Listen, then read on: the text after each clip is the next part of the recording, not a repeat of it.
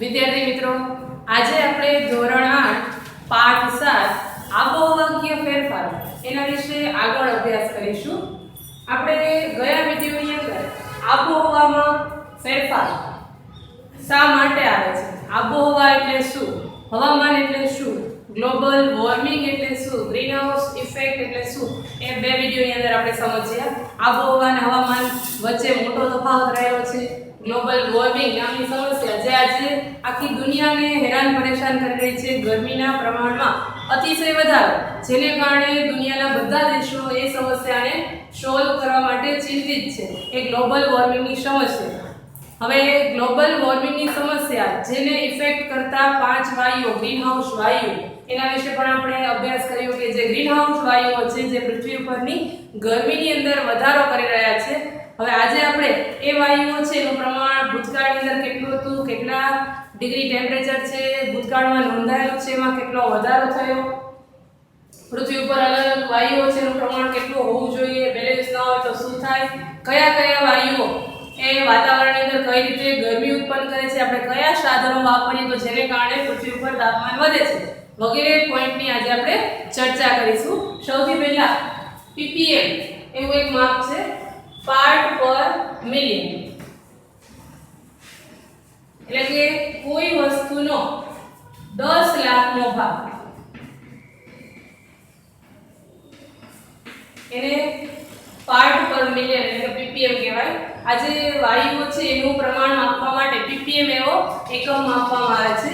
તો આજથી 100 વર્ષ પહેલા કાર્બન ડાયોક્સાઇડ વાયુ છે એનું પ્રમાણ પૃથ્વી ઉપર 275 ppm હતું, જે આજે 350 ppm જેટલું થયું છે. એટલે કે એમાં ધરખમ બધો વધારો નોંધાયો છે. એટલે કે કાર્બન ડાયોક્સાઇડ વાયુનું પ્રમાણ પૃથ્વી ઉપર એટલું વધ્યું છે, એટલે કે ગરમીનું પ્રમાણ છે એ પૃથ્વી ઉપર વધ્યું છે. આજથી 100 વર્ષ પહેલા જે નોંધાયેલું હતું કાર્બન ડાયોક્સાઇડ વાયુનું પ્રમાણ એ હાલમાં 350 ppm જેટલું છે.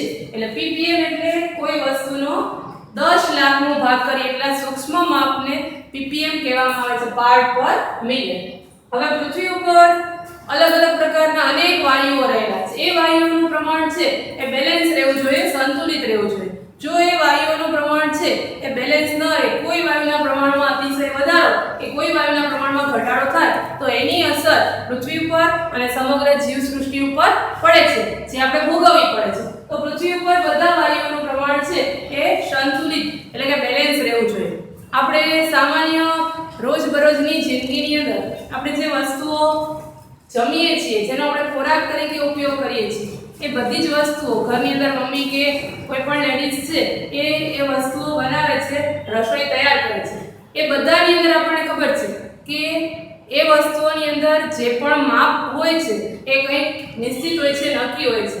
એ માપ વગર એ વસ્તુઓ છે બનાવવામાં આવે. ધારો કે ચા બનાવવામાં આવી કે શાક બનાવવામાં આવી, કોઈની અંદર કેટલા પ્રમાણમાં કોઈ વસ્તુઓ નાખવાની એ બેલેન્સ કરતા વધારે હોય, એના માપ કરતા વધારે હોય તો એ વસ્તુઓ છે એ આપણે ખાઈ કે પી શકતા નથી. એટલે કે એનું પ્રમાણ છે એ સંતુલિત બેલેન્સ રહેવું જોઈએ. એમ જ અહીંયા પૃથ્વી ઉપર પણ જે વાયુઓ છે એનું પ્રમાણ છે એની લિમિટની અંદર રહેવું જોઈએ. એનાથી એ ખૂબ પ્રમાણમાં વધી જાય કે ખૂબ પ્રમાણમાં એમાં ઘટાડો થઈ જાય તો એની અસર છે એ આપણા બધાના જીવન ઉપર પડતી હોય છે. હવે અહીંયા એક ચાર્ટ આપેલો છે તમારી બુકની અંદર, ગ્લોબલ ટેમ્પરેચર એટલે કે વિશ્વનું તાપમાન, કેટલા પ્રમાણમાં ટેમ્પરેચરની અંદર વધારો કયા વર્ષે થયો એ આપણને આ ચાર્ટની મદદથી સમજાય છે. અહીંયા આપણને ટેમ્પરેચર બતાવેલું છે ઊભા માપની અંદર અને આડા માપની અંદર યર્સ આપેલા છે. 1880 થી લઈને 2000 છેલ્લા 150 વર્ષની અંદર પૃથ્વી ઉપર તાપમાન છે એ કેટલું વધેલું છે. તો 1880 માં એ ટેમ્પરેચર બતાવે છે 0.3 જેવું. પછી 1880, 1900 અહીંયા આપણે જોઈએ છીએ કે આ ટેમ્પરેચર છે નીચેના જે માપ છે એ માઈનસમાં છે, એટલે કે ઠંડી બતાવે છે, નીચું તાપમાન બતાવે છે, અને ઉપરના માપ છે એ આપણને ગરમી બતાવે છે. તો આપણો ગ્રાફ છે એ તમે જુઓ બુકની અંદર તો ખ્યાલ આવે છે કે મોટે ભાગે ઉપર જાય છે, એટલે કે ગરમીનું પ્રમાણ વધે છે. નીચું તાપમાન છે એ બહુ ઓછા વર્ષોની અંદર જોવા મળે છે. અહીંયા બે પ્રકારની એવરેજ બતાવી છે. એક એન્યુઅલ એવરેજ જે બ્લુ કલરની લાઈનો આપણને બતાવે છે એ વાર્ષિક સરેરાશ તાપમાન બતાવે છે અને બીજું છે 5 યર એવરેજ એટલે કે 5 વર્ષનું તાપમાન છે બતાવે છે.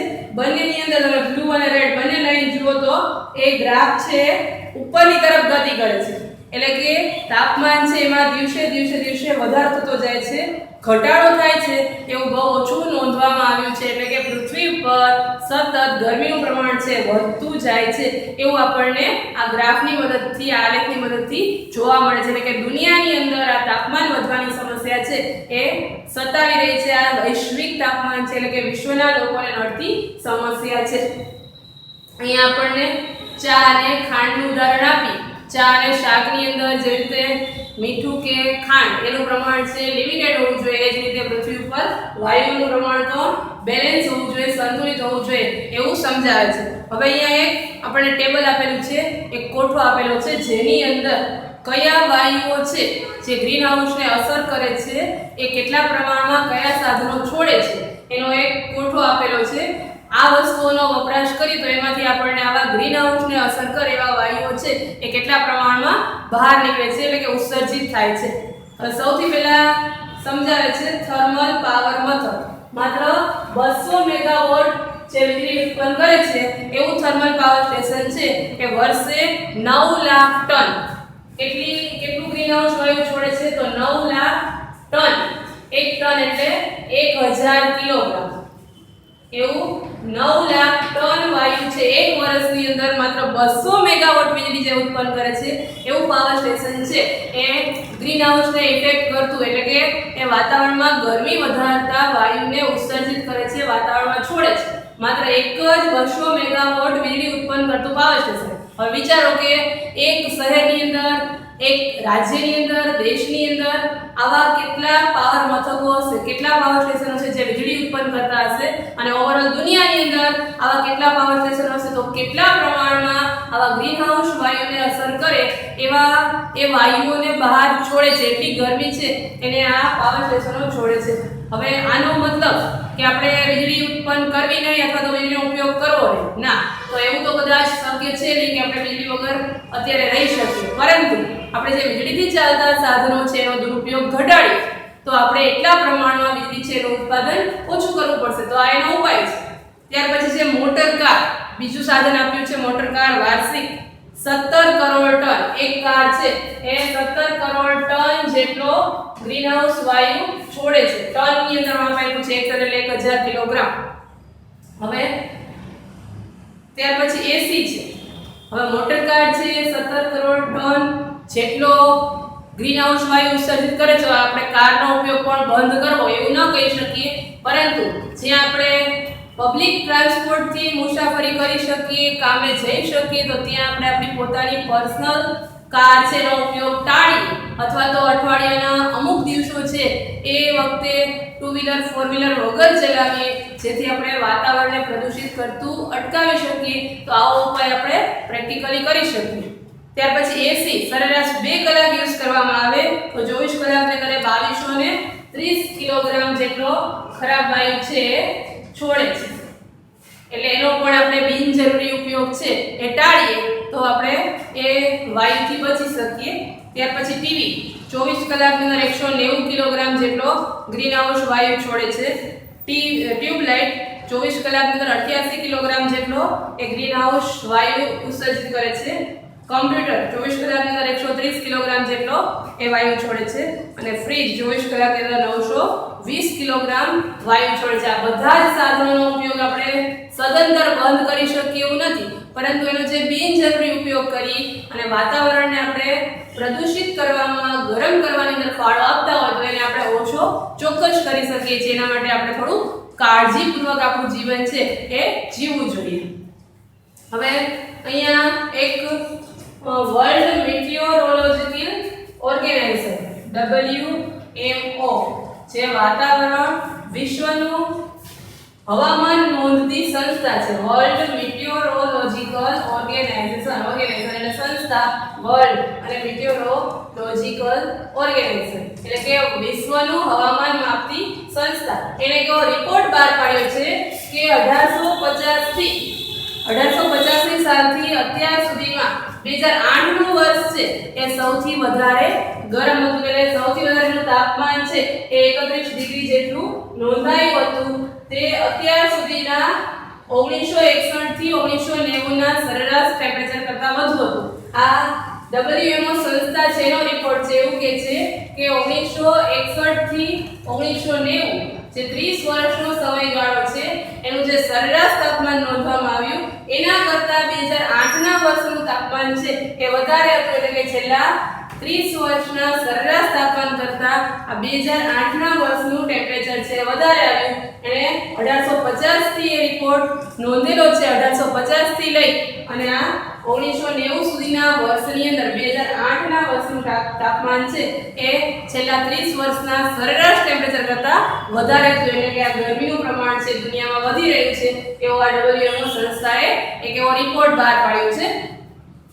હવે આપણે આગળના વિડિયોની અંદર ગ્રીનહાઉસ વાયુની અંદર 5 વાયુઓ જેને ગ્રીનહાઉસ વાયુઓ કહેવામાં આવે છે એ 5 વાયુઓમાં carbon dioxide, chlorofluorocarbon, methane, nitrous oxide અને હેલોકાર્બન એવા 5 વાયુઓ આપણે સમજ્યા હતા. તો એમાં આપણે કાર્બન ડાયોક્સાઇડ વાયુનું પ્રમાણ છે એ 275 ppm માંથી 350 ppm થયું એ જોયું. તો ત્યાર પછી હવે બીજો વાયુ છે મિથેન વાયુ, જેની આપણી CH4 એવી સંજ્ઞાથી ઓળખીએ છીએ.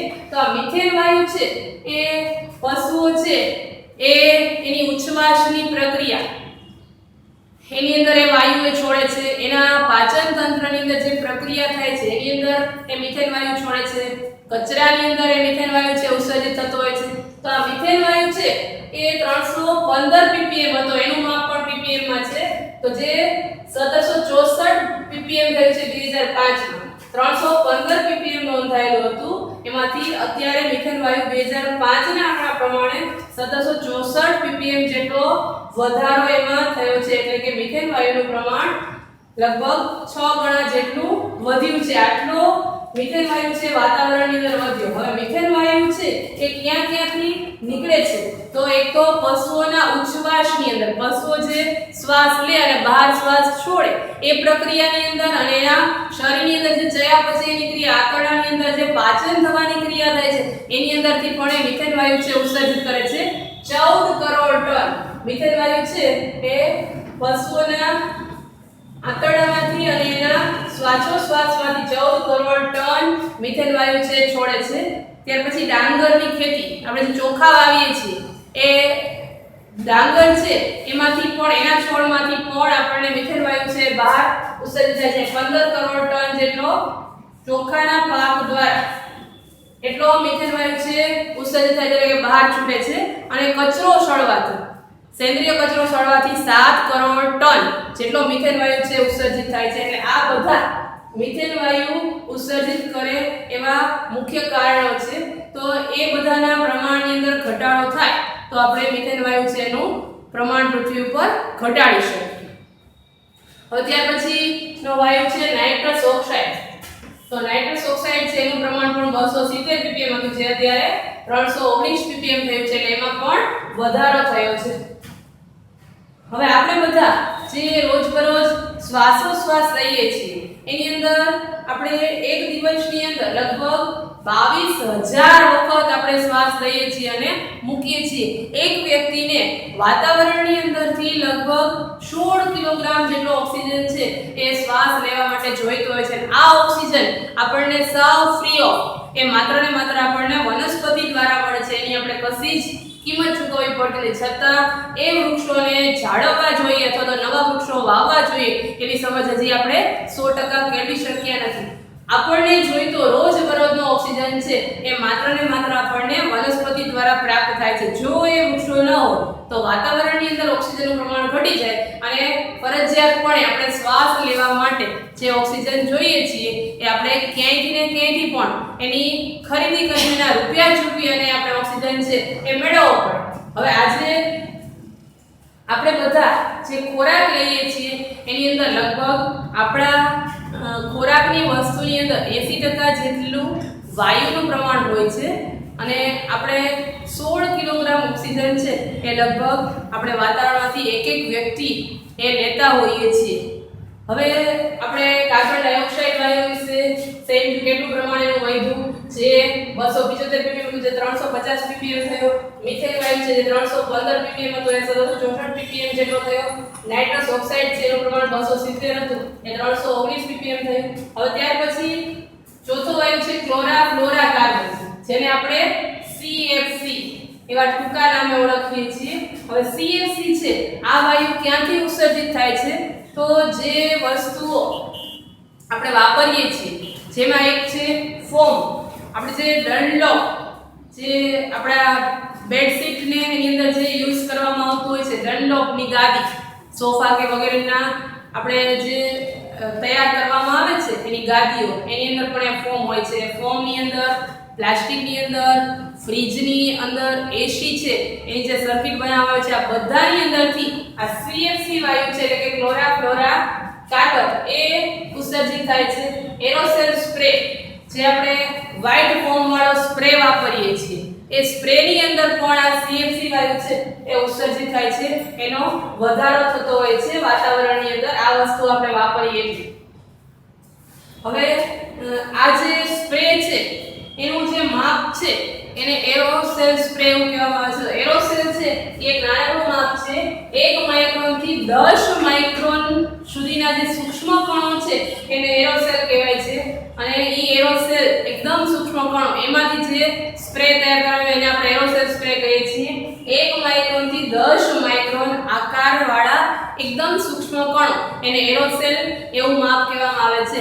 આપણે જે પ્લાસ્ટિકની વસ્તુઓ વાપરી એની જાડાઈ છે એ પણ માઇક્રોનની અંદર માપવામાં આવતી હોય છે. આપણે પ્લાસ્ટિકની જે કેરી બેગો વાપરીએ છીએ જેને આપણે જબલા કહીએ છીએ એના ઉપર પણ વારંવાર સરકાર દ્વારા પાતળા પ્લાસ્ટિકના જબલા છે એના પર વારંવાર પ્રતિબંધ મૂકવામાં આવતો હોય છે. એનું કારણ શું, તો એ ઓછા માઇક્રોનની જાડાઈ વાળા હોય છે એટલે વાતાવરણની અંદર એને નાશ થતા નથી. એ પશુઓ છે એ પોતે એને ચાવી અને પોતાના શરીરની અંદર ઉતારી દેતા હોય છે અને ઘણી વખતે એને કારણે પશુઓ છે એના મૃત્યુ થતા હોય છે.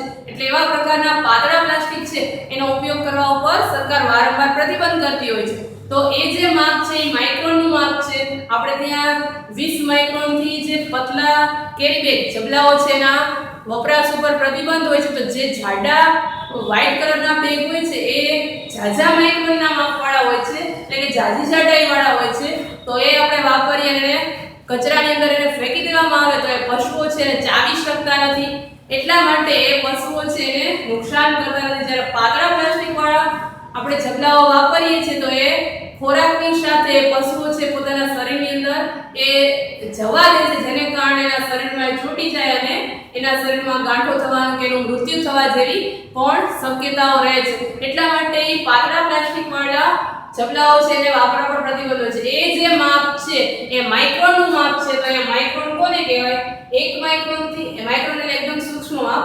હવે 1 માઇક્રોન થી 10 માઇક્રોનનો જે આકાર ધરાવે છે એવા જે એકદમ સૂક્ષ્મ કણો છે એને એરોસોલ કહેવાય. અને એરોસોલ સ્પ્રે એ પણ વાતાવરણની અંદર CFC વાયુ છે એને છોડે છે. એટલે આ વસ્તુઓનો જેટલો આપણે ઓછો ઉપયોગ કરીએ એટલું આપણે વાતાવરણની અંદર CFC વાયુ છે એનું પ્રમાણ ઘટાડી શકીએ. હવે 23 જાન્યુઆરી 1995 થી UN નામની સંસ્થા છે જેને આપણે યુનાઇટેડ નેશન્સ કહીએ છીએ, સંયુક્ત રાષ્ટ્ર નામની સંસ્થા છે, વર્લ્ડ લેવલે કામ કરે છે. જેની સ્થાપના પહેલા વિશ્વયુદ્ધના અંત પછી દુનિયામાં શાંતિ જાળવવા માટે થઈ હતી. એ સંસ્થા છે એને ઓઝોન દિવસ એ ઉજવવાનું ચાલુ કર્યું છે 16 સપ્ટેમ્બરથી. ઓઝોન એ ઓઝોન વાયુ છે એ આપણે આગળ વાતાવરણના પાઠની અંદર એક બે વખત ચર્ચા આ વાતની આપણે કરેલી છે. ઓઝોન વાયુ છે એનું લેયર છે એ પૃથ્વી ઉપર આપણને સૂર્યના પ્રકાશથી બચાવે છે.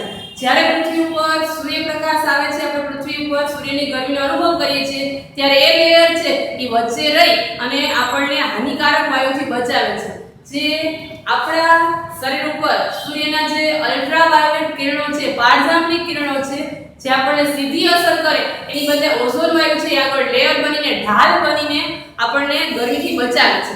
જો એ ઓઝોન વાયુનું લેયર ન હોય તો આપણે સૂર્યના પ્રકાશનો, સૂર્યની ગરમીનો સીધો અનુભવ કરવો પડે અને એને કારણે ઘણી વખત વધુ તાપની અંદર રહેવાથી લોકોને ચામડીના કેન્સર જેવી પણ સમસ્યાઓ થતી હોય છે. આ બધાથી બચવા માટે આ ઓઝોન વાયુનું લેયર છે એ આપણને ખૂબ ઉપયોગી છે. પરંતુ અત્યારે આપણે આપણી પ્રવૃત્તિઓથી કૃત્રિમ ગરમી વધારીને આ ઓઝોન વાયુનું લેયર છે એ સાવ પાતળું પાડી દીધું છે પૃથ્વી ઉપર. એ ઓઝોન વાયુનું જે લેયર છે એમાં ઘણી જગ્યાએ ગાબડા પડી ગયા છે અને ઘણી જગ્યાએ એ લેયર છે એકદમ પાતળું, જેવી રીતે કોઈ કપડું છે એ ખૂબ જૂનું થાય, ઘસાઈ જાય અને સાવ ગળી ગયું હોય એવા પ્રકારનું ઓઝોન વાયુનું લેયર છે પૃથ્વી પર અત્યારે થયું છે. તો એ ઓઝોન વાયુના લેયરને બચાવવા માટે આ યુએન સંસ્થાએ છે 16 સપ્ટેમ્બરનો દિવસ ઓઝોન દિવસ તરીકે જાહેર કર્યો છે.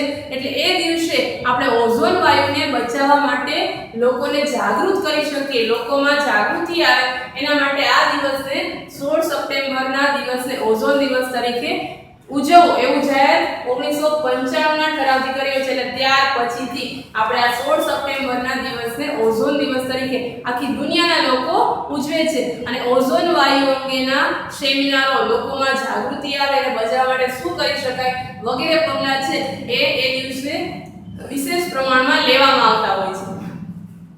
હવે બીજો એક આંકડો પણ છે કે 2007નું વર્ષ છે એ 1980 પછી સૌથી વધારે ગરમ નોંધાયેલું હતું. 1980 પછીના રેકોર્ડ છે એમાં 2007નું વર્ષ એમાં સૌથી વધારે ગરમી નોંધાયેલી છે, એટલે કે ટેમ્પરેચર છે એ સૌથી વધારે એ વર્ષમાં નોંધાયું છે. હવે આ આપણે અલગ અલગ વાયુઓ છે, 5 વાયુઓ છે, કયા વાયુઓ કેટલા પ્રમાણની અંદર પૃથ્વી ઉપર નુકસાન કરે છે, ગરમીનું પ્રમાણ ફેલાવે છે અને એ ગરમીને કારણે પૃથ્વી ઉપર વાયુઓ છે એનું પ્રમાણ કેટલું વધે છે, કેટલું ઘટે છે અને એ વાયુઓને અટકાવવા માટે એનું પ્રમાણ છે એ વાતાવરણમાં ઓછું થાય એના માટે આપણે શું કરવું અને એના માટે કેવા પગલાં લેવા. તો એ માટે આપણે ગ્લોબલ વોર્મિંગની સૌથી પહેલા અસરો શું થઈ, ગ્લોબલ વોર્મિંગ નામની સમસ્યા જેની આપણે અગાઉ પણ ચર્ચા કરી કે પૃથ્વી ઉપર આપણા વાતાવરણની અંદર ગરમીનું પ્રમાણ છે ખૂબ વધી રહ્યું છે, તો એને આપણે ગ્લોબલ વોર્મિંગ નામની સમસ્યા કહીએ છીએ. તો એ ગ્લોબલ વોર્મિંગની કઈ પહેલા તો અસરો થઈ છે અને એ ગ્લોબલ વોર્મિંગની સમસ્યાથી બચવા માટે આપણે શું કરવું જોઈએ તો વગેરે ઉપાયો છે એ આપણે બંને પોઈન્ટ છે એની ચર્ચા હવે પછીના વિડીયોની અંદર આપણે કરીશું. અત્યારે આપણે આ જે હેલો કાર્બન વાયુઓ છે એનું જે જૂથ છે જે આપણે ગ્રીન હાઉસ વાયુ તરીકે ઓળખીએ છીએ 5 વાયુઓ, એમાંથી આપણે એ 4 વાયુઓ છે કેટલા પ્રમાણમાં ગરમી છે એનું પ્રમાણ વાતાવરણમાં છોડે છે, કેટલા પ્રમાણમાં એ વાયુઓ ભૂતકાળની અંદર એનું પ્રમાણ હતું અને વર્તમાને કેટલા પ્રમાણમાં છે એના વિશે આપણે અત્યારે અભ્યાસ કર્યો. હવે એના પછી ગ્લોબલ વોર્મિંગની અસરો અને એનાથી બચવા માટેના ઉપાયો છે એની આપણે નેક્સ્ટ વિડીયોની અંદર ચર્ચા કરીશું.